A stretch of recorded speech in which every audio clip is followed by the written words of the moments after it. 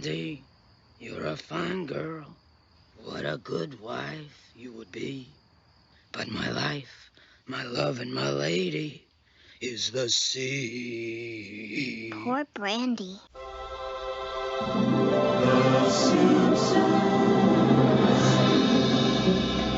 Hello, and welcome to the Simpsons Countdown, the podcast where we go back to the beginning and watch all of The Simpsons to trace the creative evolution of the series and count down, finding the exact moment in which it began its inevitable decline.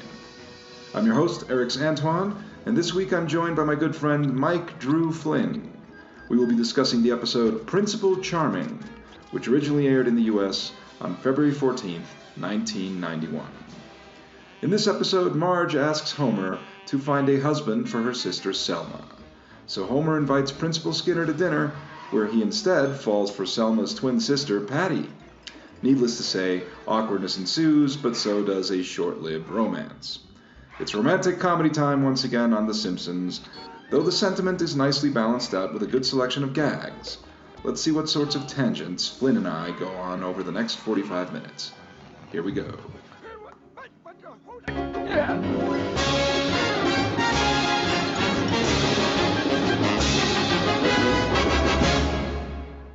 So welcome back, Flynn. How you doing?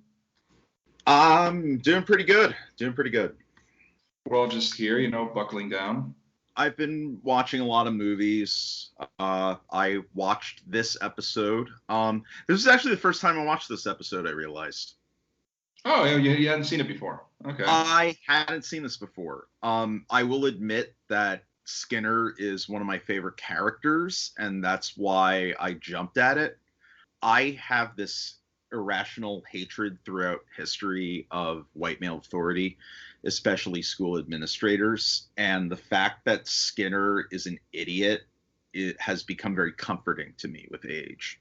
Let's talk about that for a minute, because this is kind of a key episode in the sense that it's the first episode that where Skinner is the central character, right? In a sense, right. It's the first one, and in a way, it really fleshes him out. It provides some interesting shadings to the character, and I think he's a genuinely interesting character.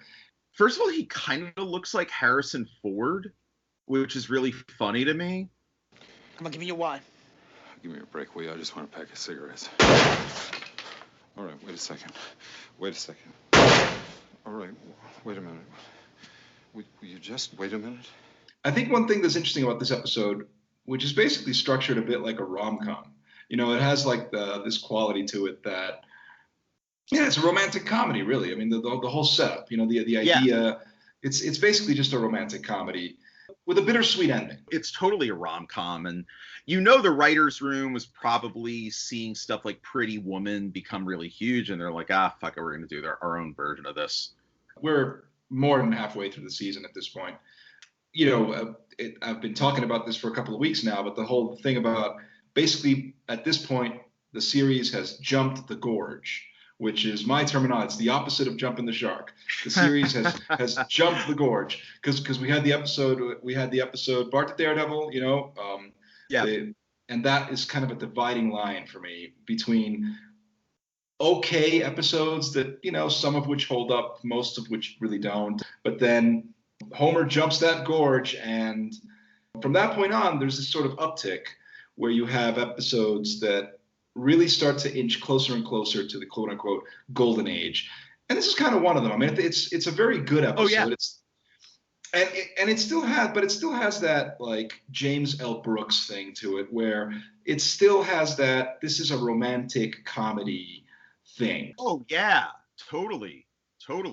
It kind of follows in that spirit, and it uses Skinner as the central character. It's them already saying, look, we're building a world here with characters that have a lot of potential. We could tell stories. It doesn't just have to be about a family. It can really be about this town. It can be about everybody. It can be about anything we want because it's a world that we're building. Obviously, the Simpsons, the family is going to always be the axis, but yes, you've got everything else going on, and you have all this rich world that they're building. So they actually take a chance and they explore. First of all, you have Skinner, and then you have, Patty and Selma. This is the first time that they're given a real central focus It has it has a crucial debut this episode of another one of my favorite characters in the show, which is Hans Moleman. F L. Oh no, I'm sorry. That's C, isn't it? If that was an oncoming vehicle, you'd be dead now. Next! But driving is my livelihood. He gets fucked over. Of course, in this case, he doesn't die. He usually dies horribly. Groundskeeper Willie appears for the first time here as well. That's correct. It's a character that was basically created. Here's where you can really see how the process is, where the script is written one way, and then obviously the voice actors bring something to it. And then that, in turn, has an influence on the animators and on everything else, because in the script it was just like an anonymous janitor type character. Dexter and I tried out different voices, and then ultimately the one that they went with was the Scottish one that he did, and that defined how that character would be for that point on. And I can't see it anywhere else. Yeah, like you can't see it anywhere any other way. And so it's just an interesting thing. You see that here, but going back to Skinner, like one thing that is interesting, he's a genuinely interesting character, and I think a genuinely sympathetic character, because up until this point, he's the principal and he's kind of like Bart's foil. But here, in this particular episode, in a certain way, Bart's almost like the villain. But Bart has like a villainous angle to his character in this particular episode. He commits a lot of property damage in this episode. Right. Well, I mean, once Skinner, is smitten with Bart's aunt, then Bart essentially takes over the school, and the school becomes this apocalyptic madhouse. Like there's that wonderful scene where Skinner's just sort of walking, he's thinking of proposing to Patty, and he's like walking, and in the background you just see the school and you see that it's a mess and the kids are just horsing around, like it's chaos. What I want to say about the apocalyptic school is, it's not. I just watched the entire Class of franchise recently. Mm-hmm.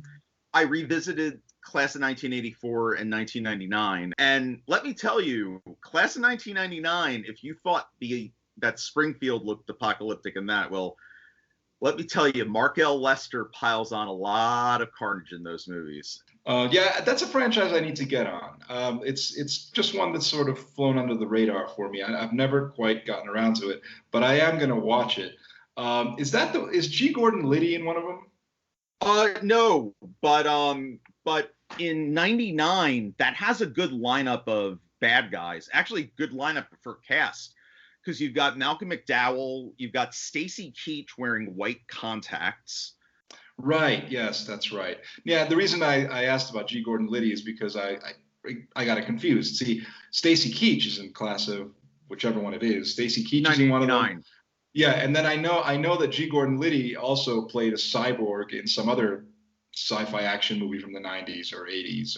I know what you're talking about. I always associate him with being a real-life villain. And my number one priority is going to be to get back into the streets and into the schools and into any breeding ground where crime and violence and perversion spew forth and strike back.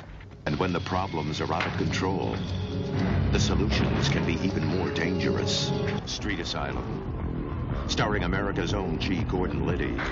Great Skinner line in this episode that I want to mention is that when I don't know what it is, but when he's sitting in the cafeteria eating lunch and he says the best tater tots money can buy. Right. Well, what it reminded me of, and as he's eating them, I got a little bit of a craving for, Burger King exists here in La Paz. Yes. And there was a time when they would have breakfast, a breakfast menu. They would have a breakfast menu, and now the only breakfast menu you can find, the only Burger King breakfast menu that exists today is at the Burger King that's at the airport, because it's the only one that opens early enough to serve breakfast.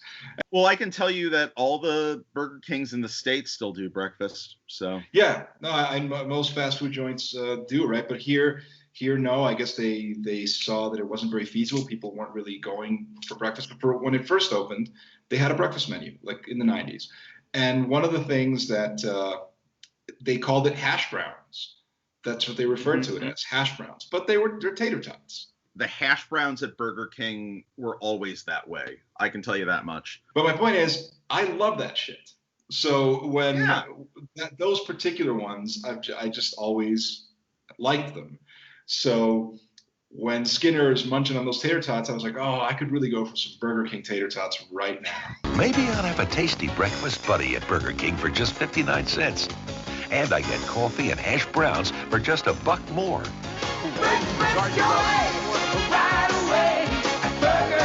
Another thing about food in this episode is the beginning of it, when Barney wakes up Homer and calls him to tell him that there's an all-you-can-eat barbecue restaurant. It's called Greasy Joe's Bottomless Barbecue Pit. Oh, I can still taste the sauce between my fingers. And are you ready for this? It's all you can eat. This is like some beautiful dream. Homer says he wants to drink the whole thing of barbecue sauce, and that made me laugh because that's me. If there is a condiment that I really like, and I consider myself a great fan of condiments, I'll eat the whole goddamn little thing of it if I have to. That's most prominent with shit like blue cheese dressing. Okay, but let me ask you this. When you say eat the whole thing, you're talking about like barbecue sauce, like, okay, so whether it's barbecue sauce or ketchup or whatever it is, as like dipping sauce, correct? Like you wouldn't just like grab a spoon and like eat the plain sauce, or do you do that? I'm not that disgusting and in squalor. But you're the sort of person that, you know, like you've got the little tub of let's say barbecue sauce, and so you're the sort of person that will dip that to completion. Like, I will likely dip it to completion, yeah. Pieces of meat or fries or whatever you're putting in, like whatever you're using it for. Blue cheese dressing is where it gets really bad. Like if I see a thing of blue cheese dressing, I can eat the whole fucking thing and not have a single regret, physically or emotionally, about doing it. I completely sympathize. I'll tell you that there's a place here in La Paz called Texas. It's called Texas Grill or whatever. And, you know, they have burgers, but the best thing they have is their chicken fingers. So, or you can refer to them as boneless wings if you want. And I will say this, one of the sauces they have is the jalapeno sauce. And that is the thing where it's like, I'll get my order of chicken fingers with jalapeno sauce, and I will dip those to completion. So I completely sympathize with what you're saying. I get it. Yeah.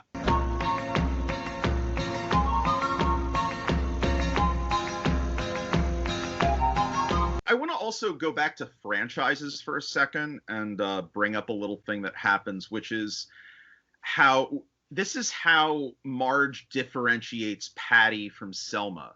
She's the one who likes Police Academy movies and Hummel figurines and walking through the park on sunny autumn days. I just revisited the Police Academy franchise during this 6-month fucking that we've been going through. Sure. It was on Netflix, and I figured I would go through that fucking franchise again. I was surprised that the post-Gutenberg ones, there was only one of them that I thought was a piece of shit. But the first 4, there was at least one thing I consistently laughed at, and the second one is actually a pretty goddamn good comedy. And everything with Bobcat Goldthwait and Tim Kazurinsky, if they had focused the whole franchise on them, golden.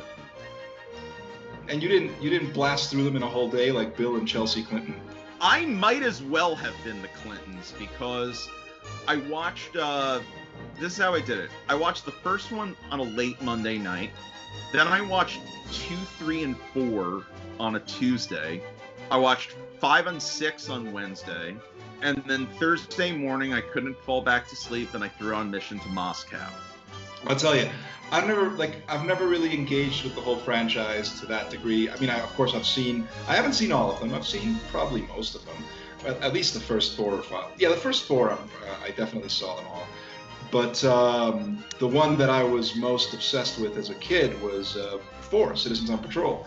It was one of those that used to be on HBO, like, I don't know, 7 times a day for like for a long time. Like, that's the one. It was playing constantly on HBO.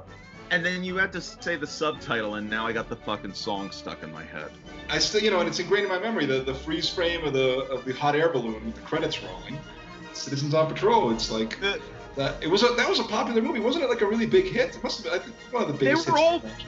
They all made money up until probably 5. But the thing I love in 4 is, number one, it brings back Harris, who is one of my favorite characters in the franchise, because G.W. Bailey is very skilled at playing assholes. Which he only skipped out on one of them, right? No. The structure is he's in the first one, as is George Gaines.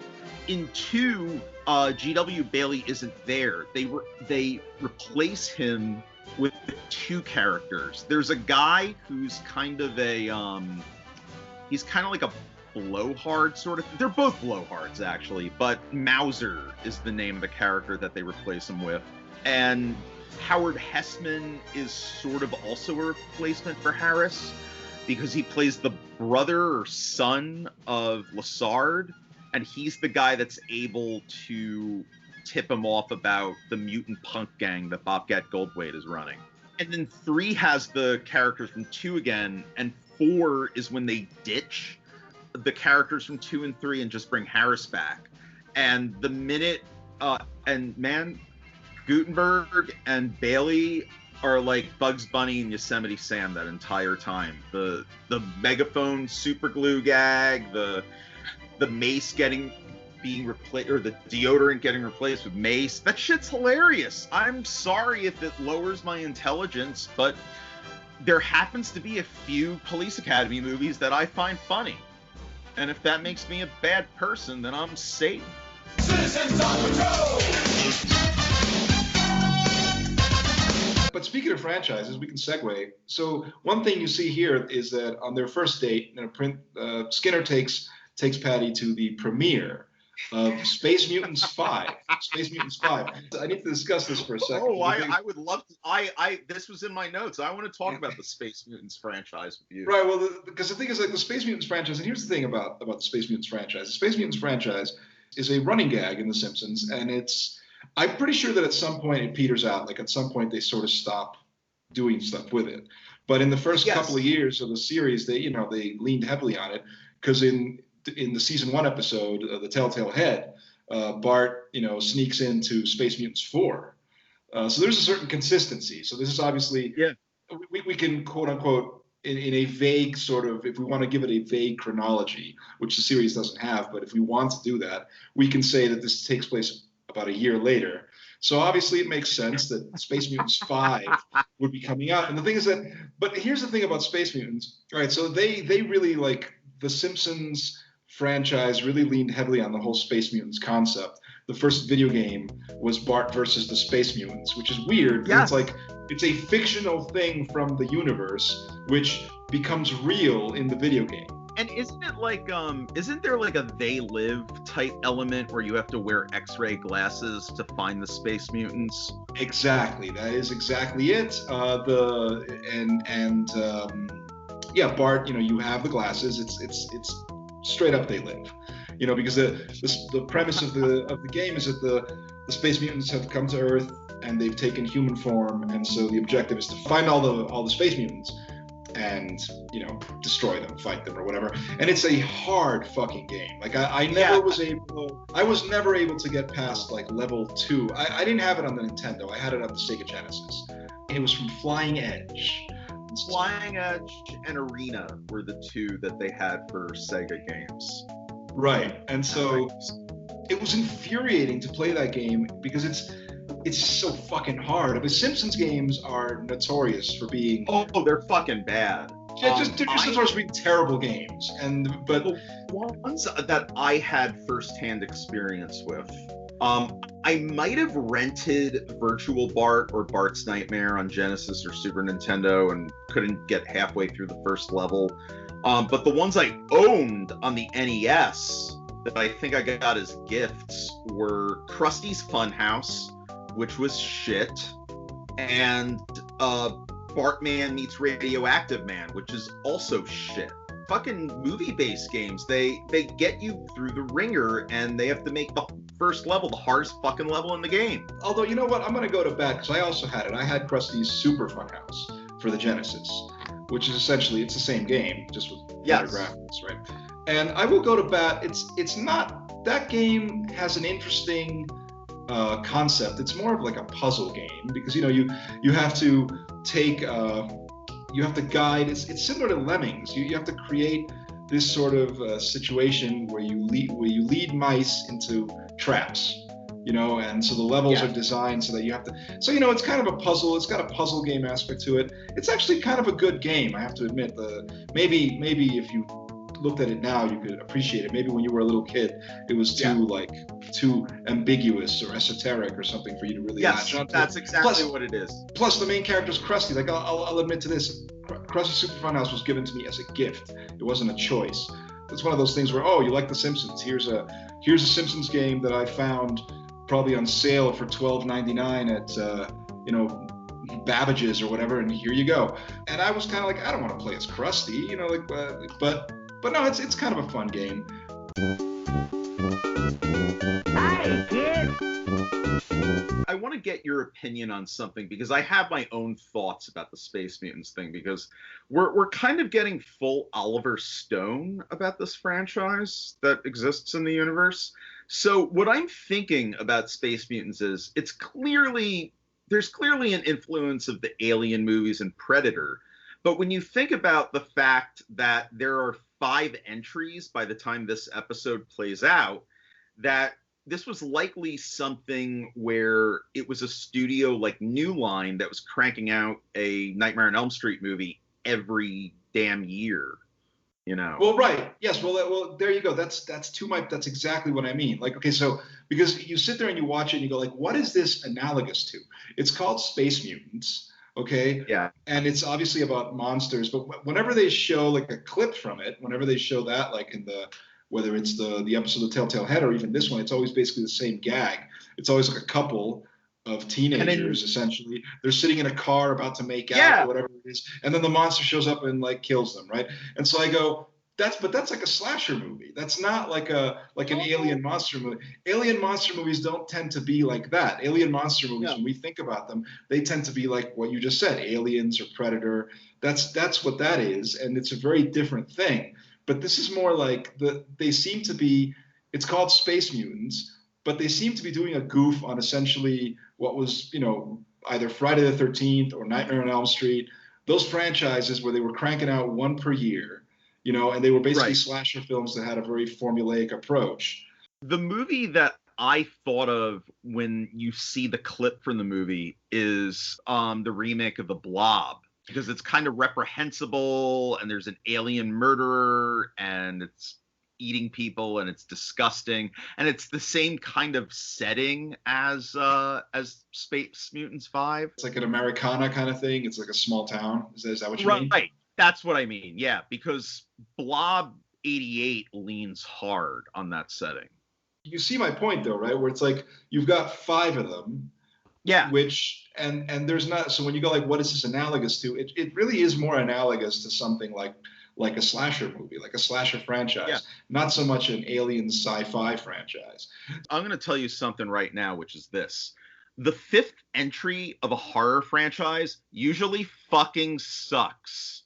I'm going to give Friday the 13th a pass because I think A New Beginning is sleazy, good-natured trash, and I love every second of it. Let me run this down. Nightmare on Elm Street 5 has to be the worst slasher sequel I've ever seen. And if it wasn't for Rob Zombie, I would say Halloween 5 is the worst Halloween movie. I could follow your logic. You're pretty much correct.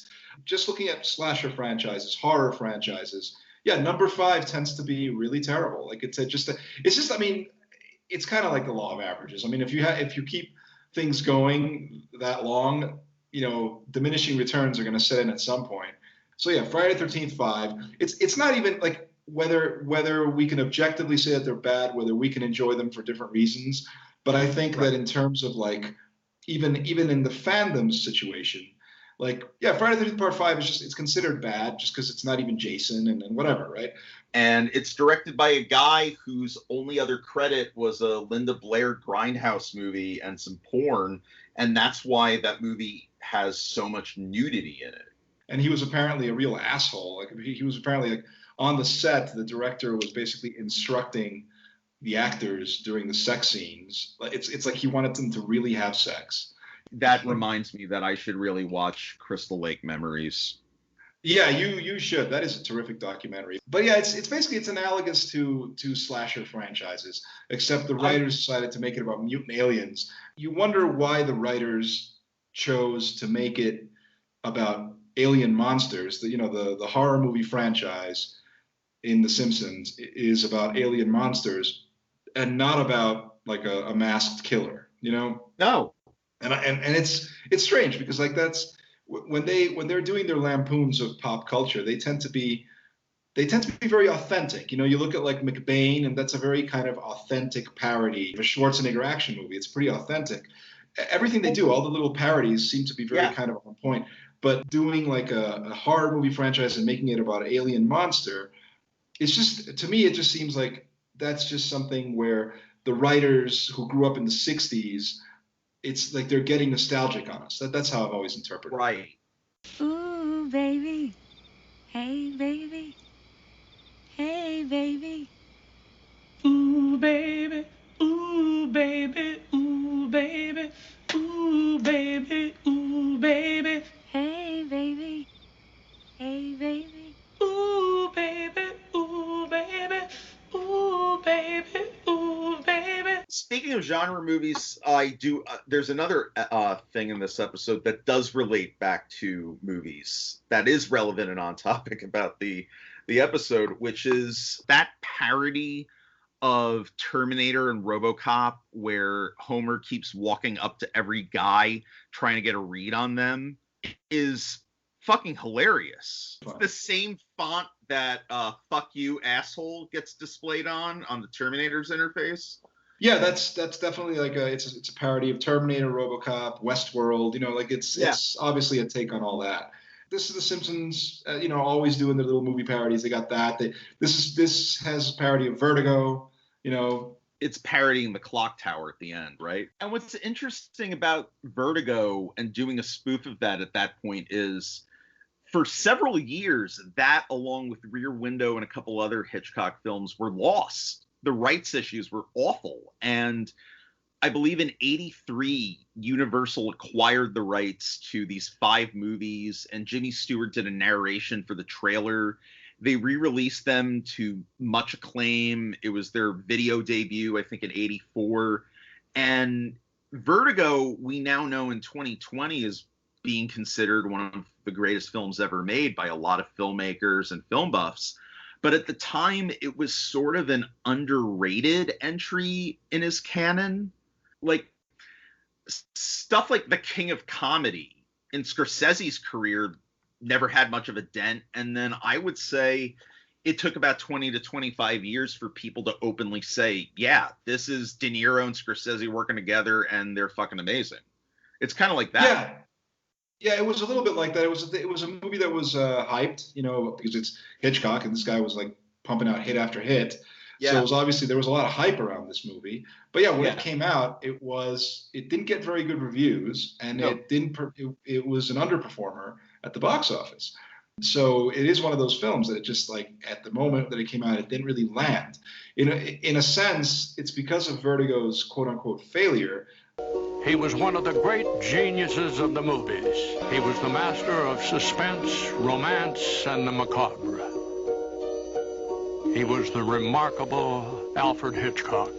One thing that I think needs to be mentioned about this episode is that, again, so it focuses on Skinner, but it also focuses on Patty and Selma, and it makes those characters more interesting, fleshes them out a bit more, gives us more information about them, and it gives Julie Kavner a chance to stretch a bit, and give a really good performance, because she acts as Marge, and she also creates Patty and Selma. And the thing, she deserves a lot of credit because she really creates these very distinct characters. And the 3 sisters are very different people with very different personalities, and it's something that is very commendable. I think she does a terrific job.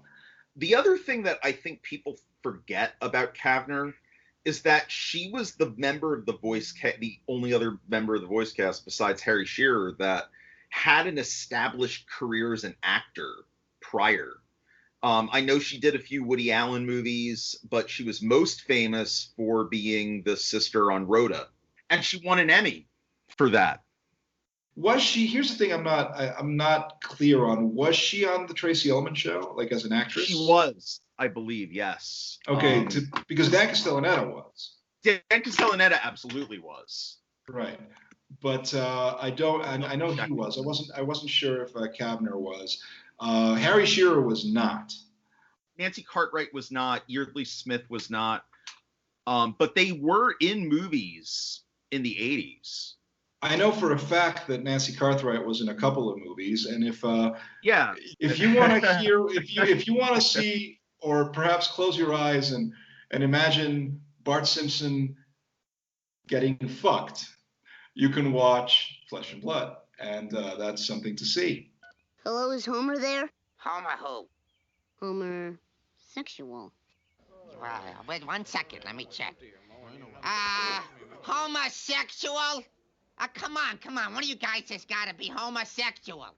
Don't look at me. No. This is something that I like to do from time to time. It's like, okay, this is a 30-year-old comedy show, and they make a gag out of the whole homosexual thing. So you look at that, you go like, okay, so it's funny, it's a prank call, and then this is sort of like bookended. This is followed by when Homer is sizing up Skinner, and then he pros, well dressed, all that stuff, whatever. Cons, possibly a homosexual.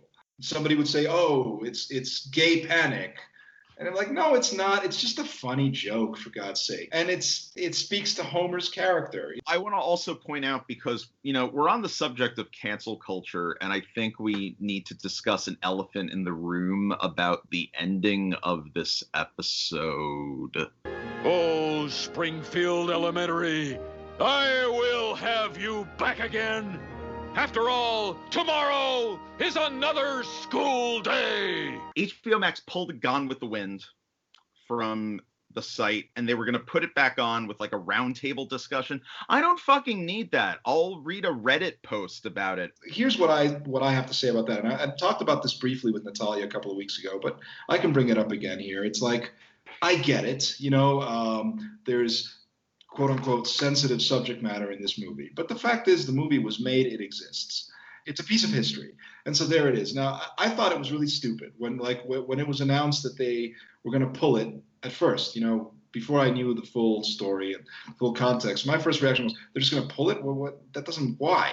And then they said, okay, we're going to add context. But now, like earlier today, I saw a report. They're going to do the same thing now with Blazing Saddles. I was pissed off about the Blazing Saddles thing, because Blazing Saddles, unlike Gone with the Wind, is a very progressive film. It is a significant film, and I think it's the biggest dent that Mel Brooks ever made in cinema. It's making a commentary. It's about racism. It was written by Richard Pryor, co-written by Richard Pryor, yes, who I believe was supposed to star in it originally. He was, and Warner Brothers was nervous about employing him because he was too incendiary. This was before his drug addiction got really public in the tabloids and all that. So the movie is about racism. They're going to pull it. They're not going to pull it, but they're going to add a context. They're going to add like an intro. They're going to add whatever. And I'm going like, okay, but what I don't like about this is that it basically assumes that people are stupid. You know what I mean? It's a lot of hand holding. Because if you sit down and watch Blazing Saddles, let's say you've never seen it, you sit down and watch it for the first time. Yeah, sure, maybe there's some language in there that may offend you, but if you look at it in context, of course the N-word is said a lot. Okay, the time period that is being portrayed, that's how people spoke. It's simply that's how it is. So it's not right. It's authentically portraying something. So obviously it will have offensive language that is appropriate to what is being portrayed. but assuming that it offends you, you're shocked by it, which is perfectly okay, fine. That's, it's your right to be shocked or offended by it. But as you watch the movie, it should become clear to you what the message is.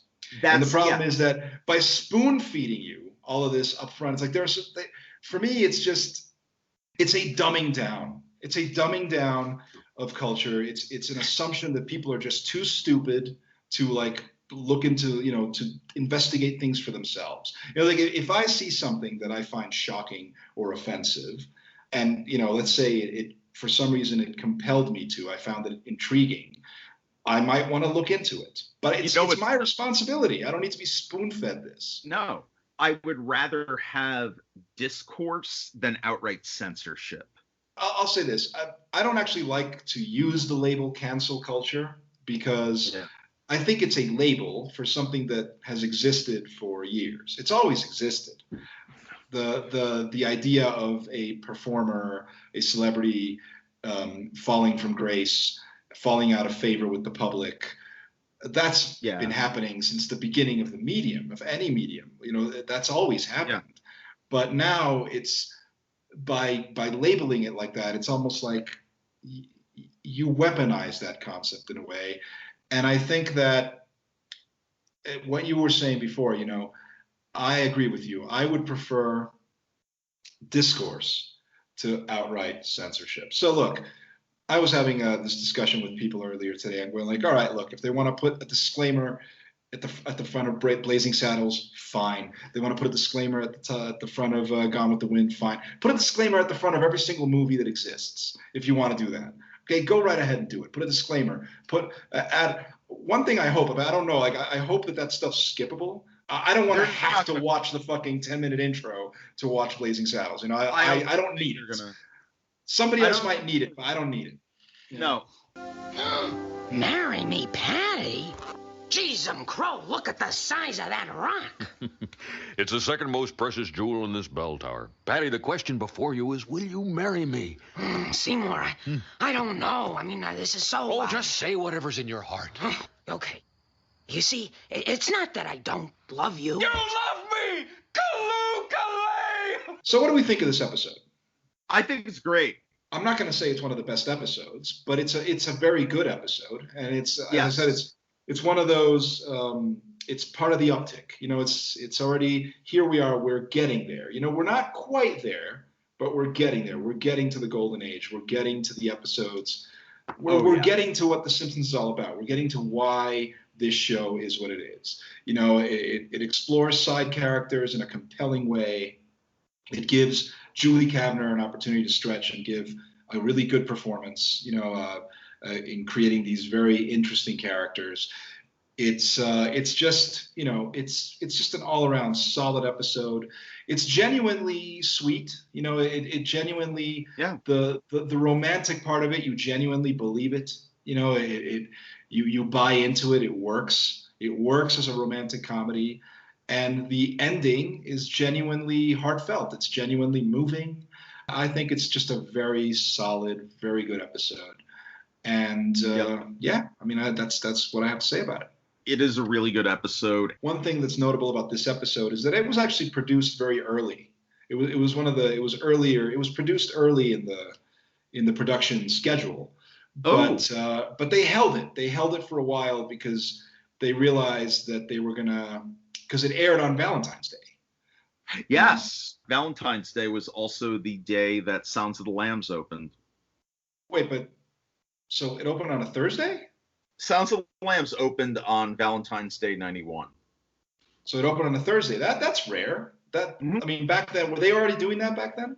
No, they weren't. But I think that there was enough hype for the film that releasing it on Valentine's Day, Orion thought, we might be able to get a couple date nights in for the box office. And of course, that became a huge hit, and it's one of the best films ever made. And there's not much really that we have more to say about it, because this isn't about Sounds of the Lambs.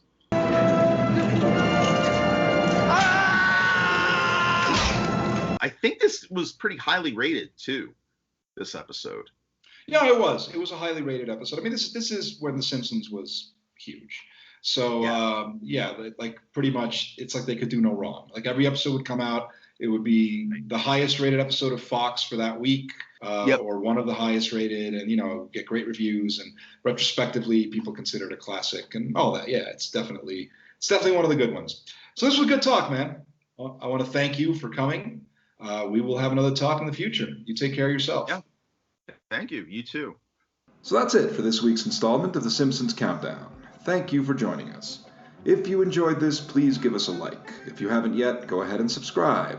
This podcast is available on Apple, Spotify, Anchor FM, or pretty much anywhere. A brief review might actually help boost the podcast's profile, and if it isn't too much trouble, please do share this with all your friends, both virtual and actual, on social media. I'm Erix Antoine, and I'll be back next Thursday evening to talk about Oh Brother, Where Art Thou? Not the Coen Brothers movie, but the episode in which Homer meets his long-lost half-brother Herb.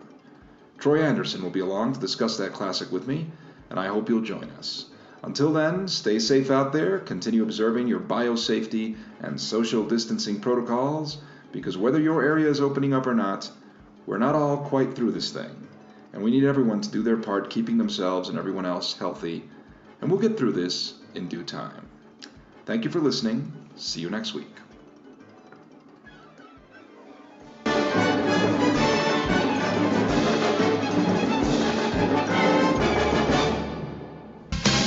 Have you heard the word out on the street? There's a new kind of heat that's walking the beat. Citizens on patrol.